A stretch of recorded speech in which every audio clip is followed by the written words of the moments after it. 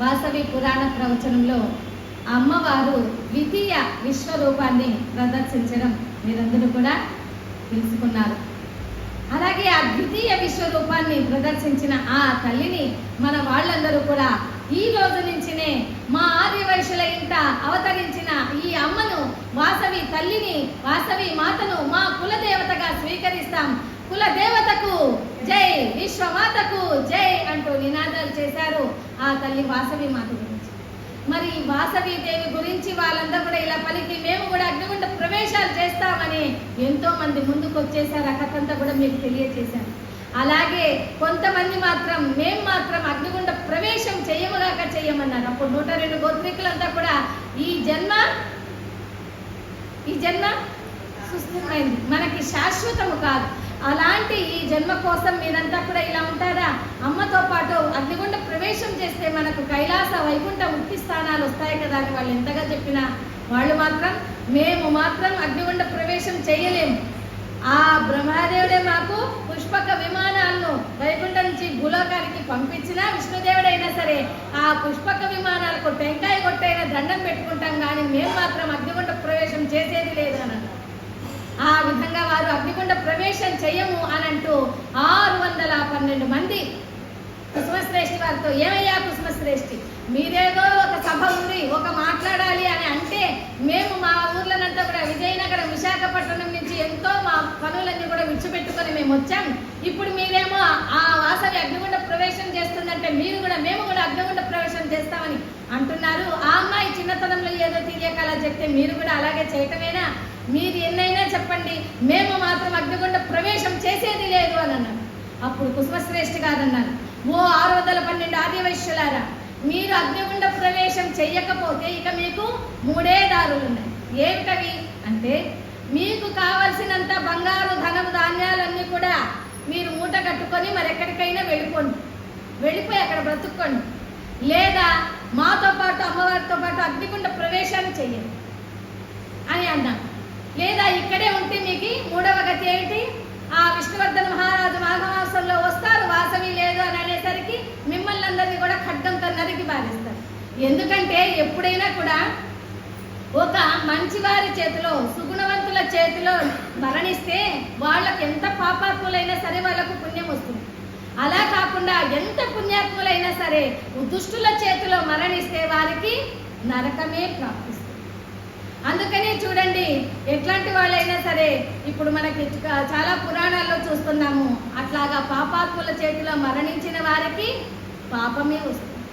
మరి ఈ 612 గోత్రీకులంతా కూడా అమ్మవారు విశ్వరూపాన్ని చూసినా కూడా వాళ్ళు ఎందుకని ఆ విధంగా అమ్మవారితో పాటు అగ్నిగుండ ప్రవేశం చేయలేదు? వాళ్ళు పారిపోవటానికే నిశ్చయం తీసుకున్నారు అని అంటే అది వారి స్వభావం. ఎప్పుడైతే మనకి పూర్వము శంభుశ్రేష్ఠి సోమకాంతుడు వాళ్ళ తండ్రి అంటే ఇప్పుడు కశ్యప మహర్షి ఉన్నారు కదా, కశ్యప మహర్షి ఏ విధంగా అయితే శంభుశ్రేష్ఠి సోమకాంతులుగా జన్మించారో ఆయన భార్య అదితిలే ఈ ప్రభావతి సుశీలగా జన్మించారు. ఆనాడు దితికి పుట్టినటువంటి దేవతలే ఇప్పుడు 102 గోత్రాల వారికి దైవ గుణాలు వచ్చాయి. ఆనాడు అదితికి పుట్టినటువంటి రాక్షసులే ఈనాడు వీరికి పారిపోవాలి అనేటువంటి గుణాలు కల్పించి వారు పారిపోవాలని చూస్తున్నారే కానీ అమ్మవారితో పాటు అగ్నిగుండ ప్రవేశం చేయాలని వాళ్ళు అనుకోవడం లేదు. అలాగా ఈ 612 మంది గోత్రీకులంతా కూడా మేము ఇక ఉండము, మేము వెళ్ళిపోతామంటూ వాళ్ళంతా కూడా మూటా ముళ్ళి అంతా తీసుకొని వాళ్ళకి ఏం కావాలో అవన్నీ కూడా తీసుకొని వాళ్ళంతా కూడా పారిపోవాలనే చూస్తున్నారు. 612 మంది గోత్రీకులు.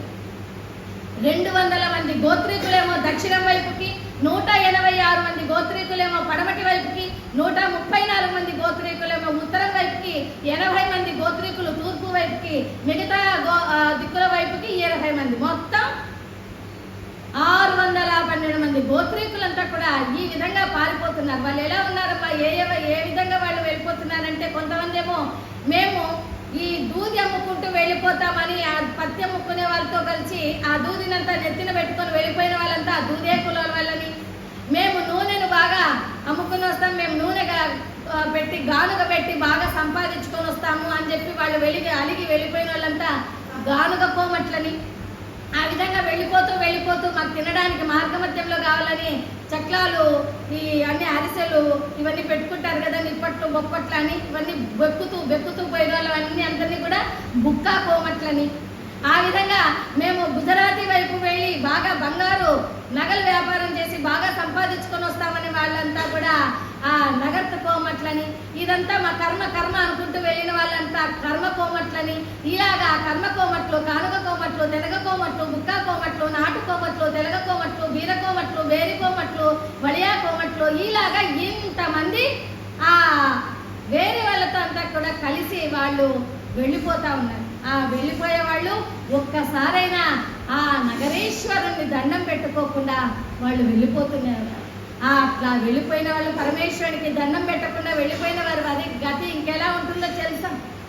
వారు ఆ కళ్ళు కనిపించక కళ్ళు పోయి ఆ వర్షములో వారు పెనుగాలులలో కింద పడుతూ లేస్తూ వాళ్ళంతా కూడా వెళ్ళిపోతూ ఉన్నారు. ఆ విధంగా 612 గోత్రీకులంతా కూడా వెళ్ళిపోతున్నారు. వెళ్ళిపోయే వాళ్ళంతా కూడా మనం ఇటువైపుగా వెళితే ఆ మహారాజు ఇటు వస్తాడేమో, ఇటు వచ్చినప్పుడు మనం అందరూ కూడా ఒకటే దిక్కుగా వెళితే ఆ ప్రమాదం కదా అంటూ ఇంకొకరి వైపు కొంతమంది వెళుతూ వారి ఈ విధంగా జంధ్యం వేసుకుంటారు కదా, యజ్ఞోపవీతం అంటారు.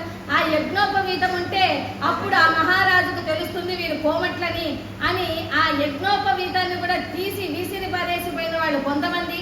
మనం ఇలా శాకాహారమే తింటూ ఉంటే రాజు వస్తే మనల్ని ఆర్యవైశ్యులని కనిపెట్టేస్తాడు, మనల్ని సంహరిస్తాడు అనని వాళ్ళు ఆ మద్య మాంసాలకు అలవాటు పడిపోయి వాళ్ళు మద్యం మాంసాలతో మాంసం తింటూ వాళ్ళు వెళ్ళిపోయిన వాళ్ళు అటుగా ఆ విధంగా కళిక కోమట్లుగా వాళ్ళు పారిపోయినారు. ఈ విధంగా అనేక మంది 612 గోత్రీకుల వాళ్ళంతా కూడా పారిపోతా ఉన్నారు. ఇక 102 గోత్రీకుల మంది మాత్రమే ఈ అగ్నిగుండ ప్రవేశాలకి ఆ అమ్మవారితో పాటు అగ్నిగుండ ప్రవేశం చేయడానికి నిశ్చయించుకున్నారు. ఇక అగ్నిగుండాల నిర్మాణం మొన్ననే మీకు అంతా కూడా చెప్పాను. అమ్మవారు ఏ విధంగా వారి తండ్రి గారితో అగ్నిగుండాల నిర్మాణాన్ని ఏర్పాటు చేయమనింది. ఇదంతా కూడా ఈ విధంగా అమ్మవారిని విశ్వరూపం చూసినా కూడా వాళ్ళు ఎందుకు గుర్తించలేకపోయారు అంటే, చూడండి, శ్రీకృష్ణుని భగవంతుడు అని తెలిసినా కూడా శిశుపాలుడు తిట్టకుండా ఉన్నాడా? శ్రీకృష్ణుడు భగవంతుడు అని తెలిసినా కూడా ఆ కౌరవులు యుద్ధం చేయడానికే పూనుకున్నారే కానీ వారు సమర్థవంతంగా ఉండటం. అలాగా రావణాసురుడు సీతామాత రామచంద్ర భగవానుడు భగవంతుడు అని తెలిసిన ఆ సీతామాతను ఎత్తుకుపోయాడే కానీ ఆయన మంచి బుద్ధితో ఉండలేదు. శ్రీరామచంద్రుడు భగవంతుడు అని తెలిసిన ఆయనతో యుద్ధానికే పూనుకున్నాడే కానీ రావణాసురుడు యుద్ధం చేయకుండా ఉండలేదు. అలాగే ఈ 612 గోత్రీకులు కూడా వాసవి మాత దేవత అని తెలిసిన, విశ్వరూపాన్ని ప్రదర్శించినా కూడా, విశ్వరూపాన్ని చూసినా కూడా వాళ్ళంతా కూడా పారిపోవడానికే వాళ్ళు ప్రయత్నించారే కానీ వాళ్ళు అమ్మవారితో పాటు అగ్నిగుండ ప్రవేశం చేయలేదు. అమ్మవారితో పాటు అగ్నిగుండ ప్రవేశాన్ని చేసిన వాళ్ళను మాత్రమే ఆర్యవైశ్యులు అంటాం. అమ్మవారితో పాటు అగ్నిగుండాన్ని ప్రవేశం చెయ్యని వాళ్ళనంతా కూడా వాళ్ళు కేవలం వైశ్యులుగానే ఈ రోజున కూడా పిలుస్తాం. అందుకే మనల్ని ఎవరైనా మీరు వైశ్యుల అని అంటే మేము ఆర్యవైశ్యులం అండి అని గొప్పగా చెప్పాలే కానీ అవునండి అని అనేది. ఎందుకంటే వైశ్యులు అంటే కేవలం ఇతర పారిపోయిన కోమట్లు కూడా వస్తారు కనుక ఆ విధంగా అంటారు.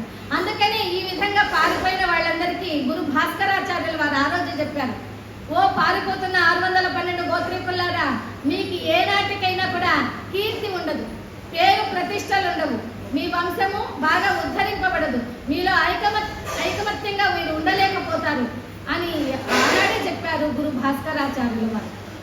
అలాగా ఎన్ని చెప్పినా కూడా వాళ్ళంతా అలాగే పారిపోవడానికే నిశ్చయించుకున్నారు. అందుకే చూడండి, ఈనాటికి ఏ దేశం మనం ఏ ప్రాంతం వెళ్ళినా మనకి దేశవ్యాప్తంగా దాదాపు 200కు పైగా మన ఆర్యవైశ్య సత్రాలు ఉన్నాయి. కానీ ఎక్కడైనా కళింగ కోమట్ల సత్రం అని ఉందా?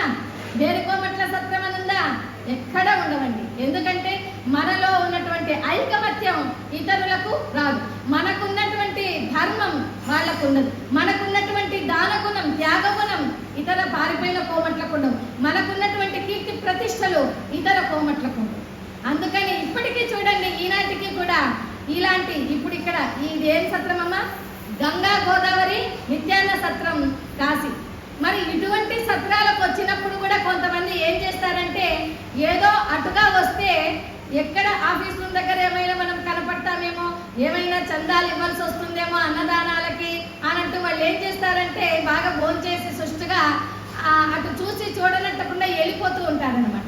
కానీ మన ఆర్యవైశ్యులైతే ఒక్క పూట భోజనం చేసిన మన నిత్యాన్న సత్రంలో వాళ్ళకు తోచినంత ఏ 10,116 ఏ 15,116 వాళ్ళకి ఎంతో శక్తికి తగినంత, భక్తికి తగినంత, శక్తికి తగినంత వాళ్ళు ఇచ్చి వెళ్తూనే ఉంటారు మన ఆర్యవైశ్యులు.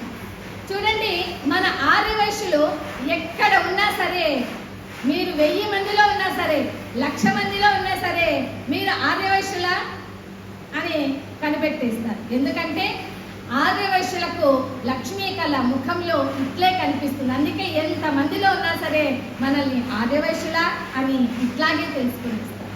అంతేకాదండి, మనం ఆర్యవైశ్యులైన ఆర్యవైశ్యులకు కొన్ని ప్రూఫ్లు ఉంటాయండి. మనం ఆర్యవైశ్యులైనా అని అనడానికి ఏమిటా ప్రూఫ్లు? Aadhaar card, ration card, pan card, ఇవన్నీ కాదమ్మా అమ్మా, దాన గుణము. ఎక్కడికి వచ్చినా ఎక్కడికి వెళ్ళినా కూడా ఆర్యవైశ్య సత్రాలలో కానీ అమ్మవారి దేవాలయాలకు కానీ వాళ్ళు చందా ఇచ్చి ఆ దేవాలయ ఆ సత్ర దినదిన అభివృద్ధి కోసం వాళ్ళు ధనాన్ని ఇచ్చి ఒక రసీదును పొందుతారన్నమాట. ఇది ఒక గుణం. ఇంకా గోత్రం, మన వాళ్ళకి ఒక గోత్రం, స్వగోత్రం, మన మేనత్త గోత్రం, మేనమామ గోత్రం అని అంటూ ఉంటాం కదా, ఆ విధంగా గోత్రం అన్నమాట. మన గోత్రాలు ఏదైనా కూడా 102 గోత్రాలలో ఉండేటువంటి గోత్రమే ఆర్యవైశ్యుల గోత్రం. అలాగే ముఖ కవళికలు, ఇప్పుడే చెప్పాను, ఎంతమందిలో ఉన్నా మన ముఖ కవళికలు ఇట్టే గుర్తుపట్టేస్తారని. ఇంకోటి ఆహారం, మనం ఎక్కడున్నా కూడా సాత్విక ఆహారాన్ని, మనము శాకాహారాన్ని తీసుకుంటూ ఉంటాము. ఆ విధంగా శాఖ ఆహారం ఒకటి. ఇంకొకటి బంధుత్వం. ఎక్కడైనా మనం వెళ్తున్నాం అనుకోండి, కాసేపు ప్రయాణం చేస్తామని అనుకోండి, ఏ ట్రైన్లోనో, ఇప్పుడు కాశీకి వస్తూ ఏ ట్రైన్లోనో, లేదా కాశీ నుంచి వెళ్తున్నా ఏ ట్రైన్లోనో ప్రయాణం చేస్తుంటామండి. ఎదురెదురుగా ఉంటారు అనుకోండి, అమ్మ మీరు ఏ ఊరు అంటాం. అంటానే వాళ్ళు ఏదో ఊరు చెప్తారు. ఓ విజయవాడనా, ఇంకేముంది, ఆ దుర్గమ్మ వైపుకు అటువైపు ఉన్నారే, ఓ పక్క సందులో ఓ రామారావు గారు అని ఉన్నారే, ఆయన మా చిన్నాన్నండి అంటారు. ఓ మీకు చిన్నాన్న అవుతారా, మాకు మేనత్త కొడుకు బావమంటండి, ఆయన మాకు బంధుత్వమే అంటూ ఇట్టే బంధుత్వం కలిసిపోతారనమాట. ఏ ఊరు చెప్పినా ఎక్కడ చెప్పినా కూడా ఆ బీరకాయ పీచులాగా ఆర్యవైశ్యులు ఇట్టే బంధుత్వాన్ని కలుపుకునేస్తారు. ఆ త్వరగానే అందరిలో కూడా కలిసిపోయి ఎంతో చలాకీగా, ఉత్సాహంగా, ఎంతో మంచిగా మాట్లాడుతూ ఉండేటువంటి గుణము మన ఆర్యవైశ్యులు. జై భోలో